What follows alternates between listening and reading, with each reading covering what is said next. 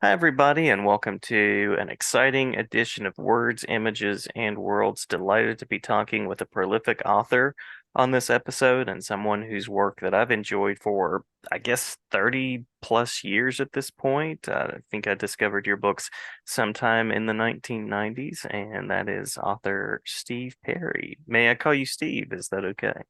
Oh, oh, by all means. Well, thank you, thank you. So folks out there might know you for the science fiction worlds that you've crafted. They might also know you for some of the licensed or shared work that you've done. But you have several books out there that we can make our way to talking about. Before we talk about any titles in particular, what was it about the written word that has drawn you in, continues to draw you in as a creator? Well, I was always a reader from a very early age. I started reading when I was about 4 or 5, and my parents would buy things like encyclopedias and leave them around. So I read everything. It's one of those guys that would, read the ketchup label if there was nothing else. Uh, and I grew up in the South where everybody tells stories.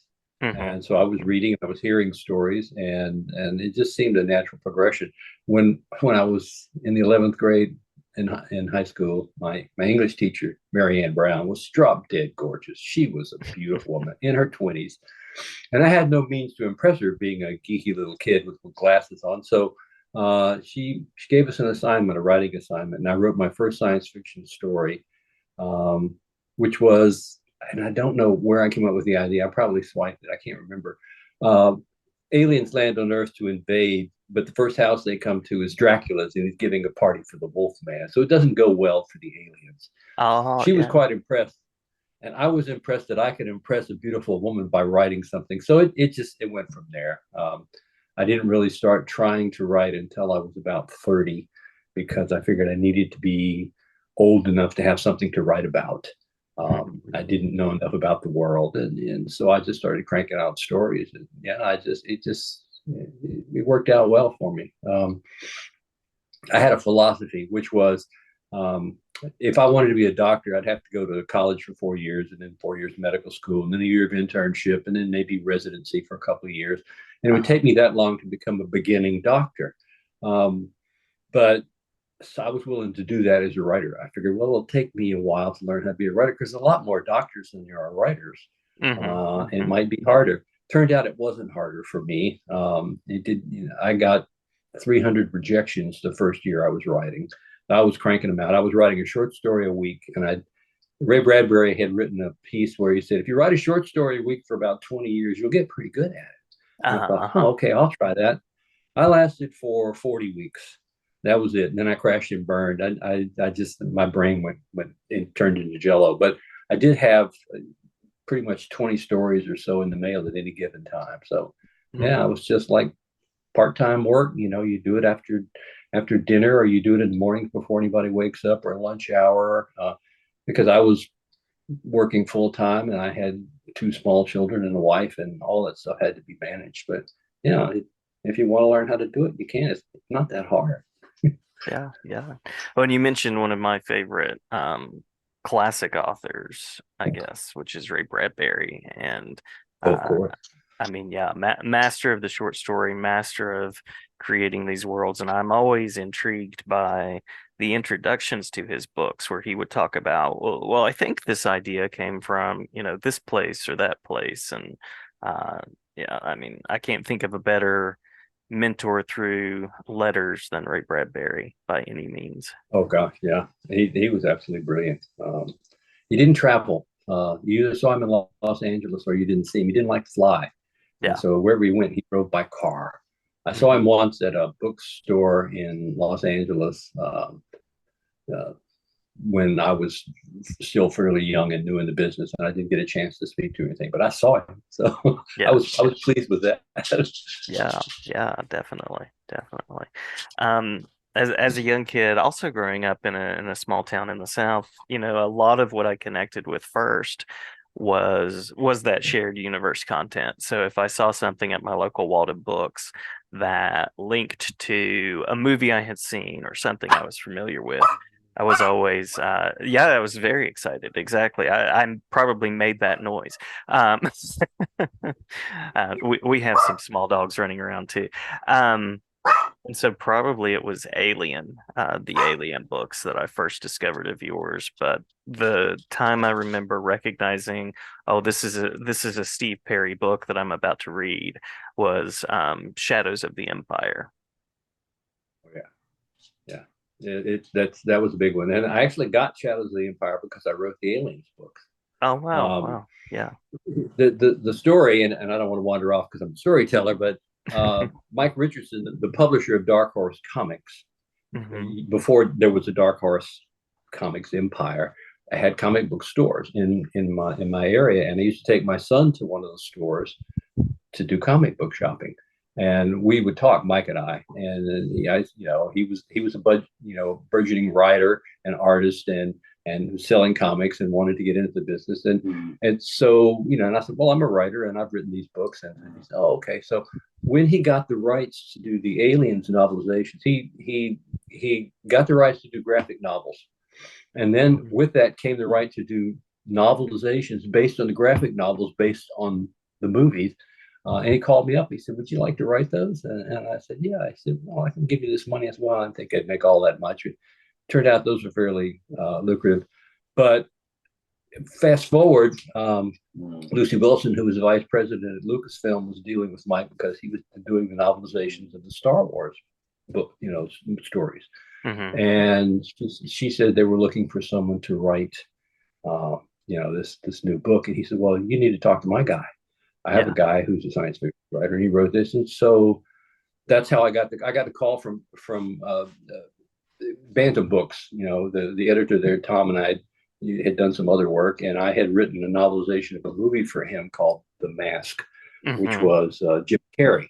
Hmm. Um, I did it because he called up. He said, "Look, I'm in a hurry. I don't have any money, and I have to have this book in 6 weeks. You want to take a shot at it?" And I thought, I've never written a movie novelization. Sure, I'll do that. So Yeah. I did it. It took me 18 days to write that book. That was the fastest I've ever written a novel. And of course, I Wow. had the movie script.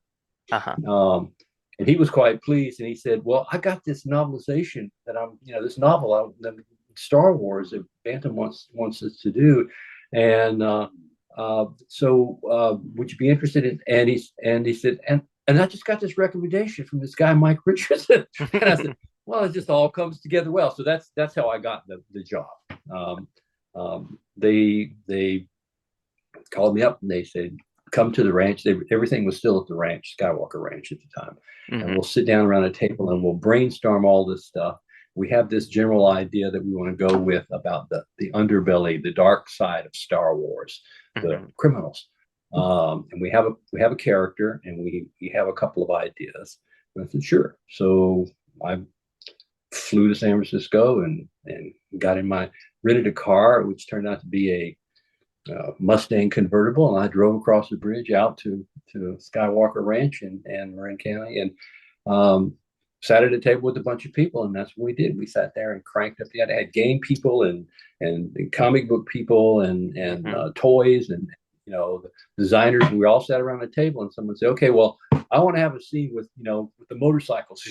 Okay, right. Made some notes on that. What about this? Well, we can't use Han Solo because at this point he's in ice. I mean, he's in carbonite. Hmm. So we need somebody like Han Solo. So I said, well, let's come up with a smarter younger brother. And so we came up with a creature to take Han Solo's place because he was, kind of the fun part of the movies. Hmm. Hmm. And just basically went back and forth until we had a whole bunch of notes. And I went home, wrote a big outline, which went in, and it had to be signed off because everybody connected. This was Star Wars was supposed to be everything but the movie. Yeah. It was a setup for what was coming down the road, and so everybody had to sign off on it. The comic books people wanted to do this character, and the toy people wanted to feature this, and we had a CD, a music CD. We had everything was all one great big huge conglomeration of stuff, and it was everything but the movie. And I wrote it like it was going to be a movie. This is Yeah. this is what I was visualizing when I wrote it. And so yeah, that's it. It was quite exciting, and it was a lot of fun.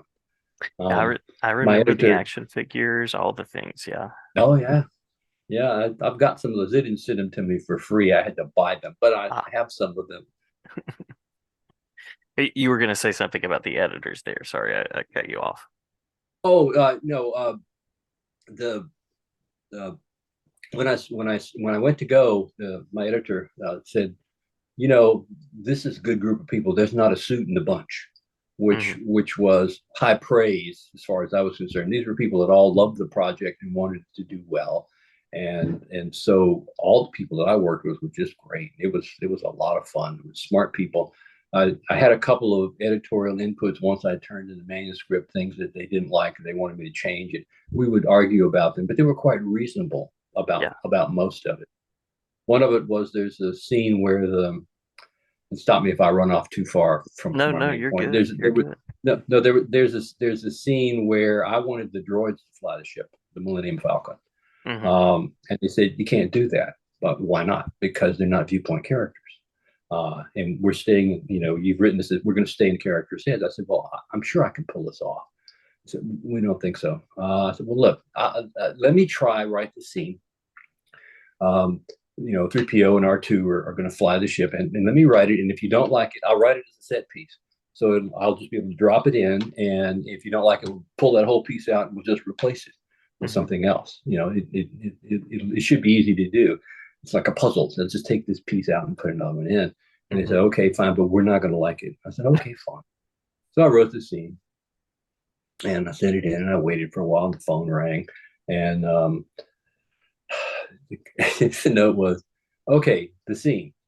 Could you make it longer? I said, yeah, I can make it longer. Yes, yes, Apparently, yes. they liked it. Oh, they did. They did. And the way I did it was simple. I just had the whole thing being viewed by Luke or somebody on the other end of the radio. They were listening to it. Hmm. 3PO and R2 are bleeping and yelling at each other. No, no, look out. Bam. He hits, a sign or runs into somebody's car or something as they're Yeah. flying the thing. And I had a lot of fun with it. The other one that I wanted to do is I wanted to have them pull the Falcon up to basically a celestial gas station and go use the phone. And there was a line of people use the phone and they're waiting, and this guy talking to his girlfriend. They didn't like that one, so that one didn't get to stay in. But pretty much most of what I wrote in the outline is what was allowed when I went to write the book. Nice, nice. And I remember reading, you were talking about the mask. I remember reading that. And you did several of those novelizations after that, I think, of different Yeah, I properties. did a couple of my daughter, who when she graduated from high school, didn't want to go to college. She went off, got a job someplace, and I said, okay, fine. And so she came home after a year or so and said, I want to go to school now. I'm tired of working in the real world. And I said, okay. Well, we spent that money, that we saved for your Hmm. college education, and so we bought a house or a car. And I said, so I'll make a deal with you. She was a writer. She had started writing. She wrote her first story at 17. Hmm. Sent it to the Hmm. first market. The first market that saw it bought it, and not only that, it was a short. It was 800 words long, which is devilishly hard to pull off. Uh-huh. I was impressed. She's a great writer, and so I said, I'll get a job working, writing novelization, and you write it, and you can have the money. And she said, okay, and that way you can pay for your college. And so that's how we got the aliens books. When Mike gave me one, I said, well, how about my daughter helps me write one? Sure. And so Yeah. we wrote some of those together. She wrote 80% of the ones that we wrote together. I went through and touched stuff up. And after a while, I didn't need to touch stuff up. She was very good at it. So that's, but she wrote a movie novelization, Time Cop, Mm. Jean-Claude Van Damme. And Hmm. I had fun reading and kind of, nudging her in different direction, but it was her book. So, yeah. Yeah, I remember reading her stuff too. I think she published under SD, is that right? SD, yeah. Hmm. Yeah, her name is Stephanie Donnell, and she goes by Danielle. Um, it's spelled Donnell, but it's got an umlaut, or something, tilde over the letter to give it the I sound. Yeah, yeah. So any other shared universe work that you want to mention before we talk about some of the worlds that you crafted? Sure, I did a bunch of them. I wrote Conan novels. Hmm. Hmm. Uh, Indiana Jones. Yeah, I did an Indiana Jones novel. That was they actually asked me to do that. My collaborator and I, Reeves, were writing Star Wars books together. We had written uh, uh, Lighted Shadows, and then we did some MedStar books, which were Clone Wars things, basically MASH in the future, MASH in Star Wars. And we had pitched another one, which was going to be basically about a rock star in Star Wars.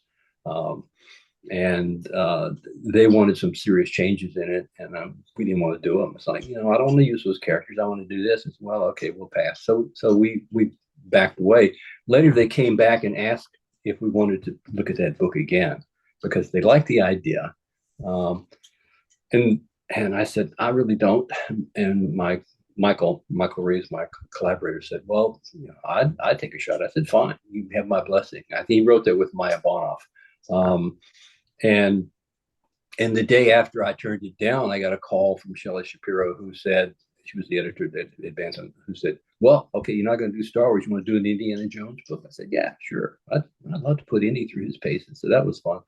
The Conan books were my wife had left her job and become a consultant for a while. And so she was working from home, and I needed to make more money to make up the difference in her income. And so I got asked by Craig DeCamp to do a Conan novel, and I don't know why. I'd never written any of that sword and sorcery fantasy, but he read one of my books, and I guess he decided I had the action chops to do it. So I wrote one, and it did well, and he liked it. So then they asked me to do some more. I wound up writing 5 of them, and I gave them titles like, Conan the Vegetarian and Conan the Hot Tub and Conan the College Tuition. And I didn't use those titles, but that's what I was thinking of them at. In Conan the Vegetarian, he never actually eats meat in the whole book. Every time he goes into a pub to get, a slab of raw beef and ale or whatever it is, they're always out. So he eats fish or eats, potatoes or yams. And that's the other thing writers do is you have to be careful. We like to put little in jokes and little Easter eggs and things in our books. And so all of my stuff has that in it. Let's see what we can get past the editor, and let's see what we can, what the readers will spot. And the problem with Star Wars is there's so many readers, they spot them all. Somebody will say, when you wrote this about this guy, did you mean this? Yeah, I did. I was kind of hoping I could sneak that one past, but good on you. Love it. Love it. Now you have worlds that you've crafted that are not George Lucas characters and things like that. And one of my favorites is Trinity Vector. Oh yeah. Any favorites of yours that you have? Well, I did a whole series. They're all favorites. They're all like children. You don't have any favorite children. But I wrote a long running series. I think it ran 10 or 12 titles about the Matadors, intergalactic bodyguards, who were really good at what they did, and a revolution. So those started out. The first one was The Man Who Never Missed, which I still think is the best title that I've ever come up with.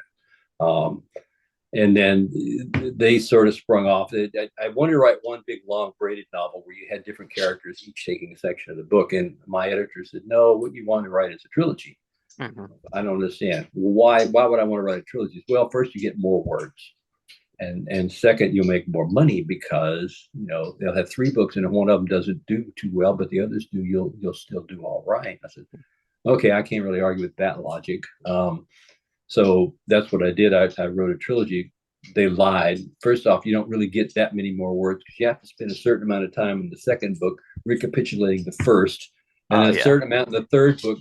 This is what went before, and they have to stand alone. So if someone picks up the second book instead of the first, they have to be able to. That story has to have its own arc, regardless of what went before and what comes after. So, but they sold okay. They earned out, and so then that sort of sprung off into 3 more books. And so, one day I look up, I'm writing the 9th book in the trilogy, kind of like George Martin, Game of Thrones.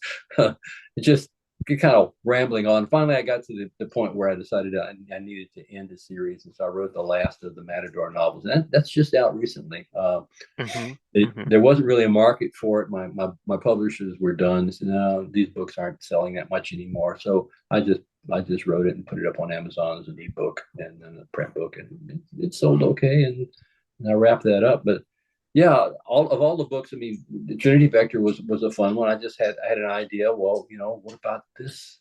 You have a notion. Well, what about this? Is it where does this come from? And in Mhm. Trinity Vector, the key to the whole book is in the last two lines. If you go back and look at the last couple of lines, you'll see what the book was all about. So, yeah, yeah, it's you just get a wild hair. You just go off down the road and say, okay, well, what does this mean? Who's this character? Where are they going to go? And you can start with a character. You can start with a story or a setting. Doesn't matter. You just whatever sparks the idea to get going, and then you just ask yourself all the science fiction questions. What if? What if this Mhm. happens? And what if this goes on? And then my favorite one is the Ted Sturges say, and then what happened? Mhm. And Mhm. then what happened after that? And then and you just keep following it along, and pretty soon you get to the end, and oh, that's what happened. Yeah. Yeah. Yeah. Yeah. So at this stage, having created in all of these worlds, are there places, are there characters that you would love to still visit and take on, either by means of a novel, short story, or any other creative approach? Yeah, some of the characters that I've come up with, I kind of wondered, well, what happened to them after that? I mean, with the Matador series, I started out with a group of characters and wound up with their children, down the road. Pretty much, I told all the stories. It's like any long running series. At some point, you realize you told pretty much everybody's story. They've had an arc from whatever the youthful age is to wherever they wound up at the end, and you could go back and visit it, but pretty much you laid out the stories you wanted to tell. Mhm. Um, every once in a while, I'll come up with a thought, and I've done some short stories with some of the things that I've done. Um, Now and again, someone will ask you. I wrote. Let me take us back. My favorite science fiction novel of all time, and not the best written novel, which is entirely different things. What my favorite was called Lord of Light by Roger Zelazny. Mhm. This was the Mhm. book he wrote in the '60s, and it happened to hit me just the right time. And I thought, this is just wonderful. Zelazny was a brilliant writer. Um, Mhm. For he, sure. he yeah, he created a whole bunch of worlds that I just love. But Lord of Light was one of my favorites. So fast forward on 40 years, 50 years, somebody that I know got the rights to do a short story collection based on Roger Zelazny's characters. And Zelazny created a whole bunch of different series, one of which was the Amber series, the Nine Princes in Amber. Um, and they weren't allowed to use that one because they Mhm. had some plans for that. But there were a whole bunch of them, and one of them was, would you like to be able to write a story set in Lord of the Light? And, oh, I wanted to do that so bad because I love those characters, and I always wanted to see the sequel. What happened after all these things? These people, where did they go? Where did they wind up? Mhm. So I got to write that one of those stories where I got to take 4 or 5 of the main characters and tell you where they were 30 years down the line. Oh, Love that it. was fun. And I can do that with my own stuff. I can go back and look at the characters. Okay, well, this character was pretty interesting. What do you think they're going to be doing 20 or 30 years down the line? Because a short story only covers a brief period, and they have a life before and a life after. A novel can cover a longer period, but if you have a really interesting character, I mean, I used to read multi-generational historical stuff Mhm. when I was younger, where you start out with a guy who was a young man and you'd end up with his grandson. And yeah, a good writer would just take you down the road. You'll just eat popcorn and go right along. Yeah. So Yeah. yeah, I most of the characters that I created, I was able to do as much as I wanted to do with them. And the last Matador novel, I was on the cover, the final Matador novel, because I was done. I mean, I had taken all of my main characters through. I got a chance to take them. They're older now. They're creaky. And of course, as I get older, I tend to write about older characters, and I root for the old guys. I mean, when I went to go see the new Indiana Jones movie, Oh yeah. Yeah. I was this was like he needs to have you know an ending. He needs Yes. to ride out, and I thought they did a brilliant job on it. I Yeah. mean, I loved it. I loved it. I yeah, really did. I don't know if I had people say, well, it was pretty good, but not that good. I would rank it right. I would give it a tie for second place. Hmm. The first Indiana Jones movie, Raiders is that was it. This was new. This was exciting. You're never going to get to do the first one over again. And Hmm. everything after that was to various degrees, good, bad, or not as good. Um, but I thought, the Last Crusade, the Holy Grail, Oh and yeah. the Dial of Destiny were pretty close. Of course, I'm older. I'm the same age, almost the same age as the character in the movie. He's 70.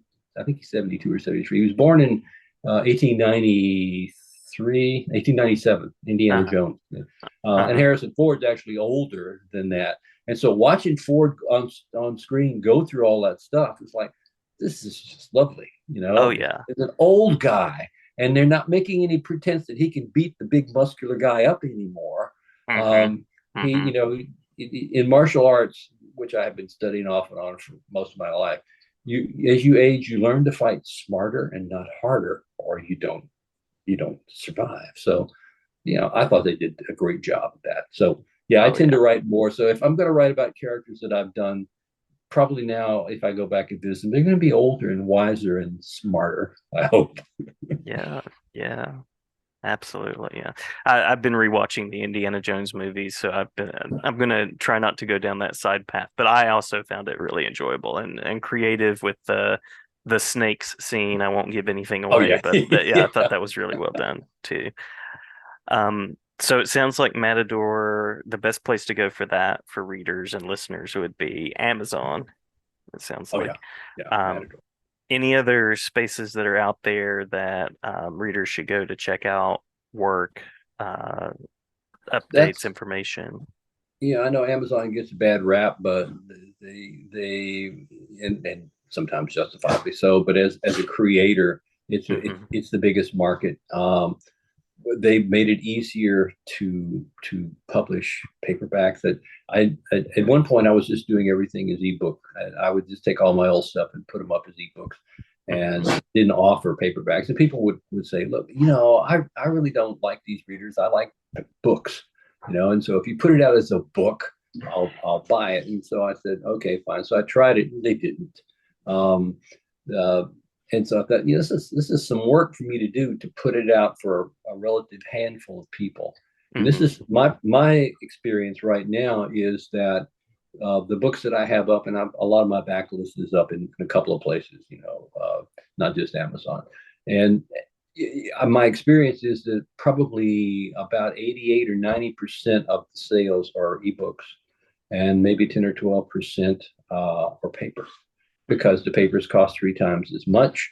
You have to wait for them to be printed and delivered, Hmm. pay postage, or of course, if you're on Amazon, you probably don't pay postage anymore, but delivery. Um, and it seemed like like almost like a niche market now, because why would I spend $15 for this paper book, which I have to wait a week to get, when I can download the ebook right now and be reading it, in True. 5 minutes? So that's kind of what I've done. And but yeah, that's what I would look for Amazon. You can just, the other places that sell books are much smaller, and I've pretty much given up going to New York, because traditional publishing it's gotten to be, kind of a can of worms. You don't Hmm. know what you're going to get. The staff has been cut way down. Hmm. They're laying off people at book companies. You're The main reason to go to a New York publisher is distribution, and of course editors. You get good editors and copy editors, which every writer needs a copy editor. Don't let anyone tell you different. Um, they've Mm. saved me some interesting gaffes. Oh yeah. The late Vonda McIntyre was a great writer, and she tells the story about how she misspelled the word cacophony in her book all the way through, and they missed it. And she Uh, said, it came out, and I looked at it, realized it was misspelled, and my editor missed it. So I was horrified. When they came out with the next edition, they changed it. But yeah, that's what saves you. You're as a writer, you're very subjective. You don't see what's written on the page. What you see is in your head, what you wrote, hmm. what you thought you wrote on the page. And I will read the same page 5 times and miss the same typo or Hmm. miss the same misspelled word, because I'm not seeing it. Yeah. What I'm seeing is inside my head. So, yeah, yeah, writing. I mean, one of the biggest pitfalls for writers who go straight to e-publishing or publishing themselves, small press, whatever, is that if they don't have a good editor, their subjective view will sometimes put them in a place where they go, "Oh, gee, I missed that." Yeah. Yeah. True, true. Yeah. Shout out to authors, creators, editors, and copy editors. Oh my goodness, the things that Oh copy yeah. editors catch. Absolutely. Um, well, thank you so much for taking some time to talk with me. Did we miss anything at all that you want to make sure to put out into the world? Uh, Not really. No, I mean, I've been Okay. doing this for a long time.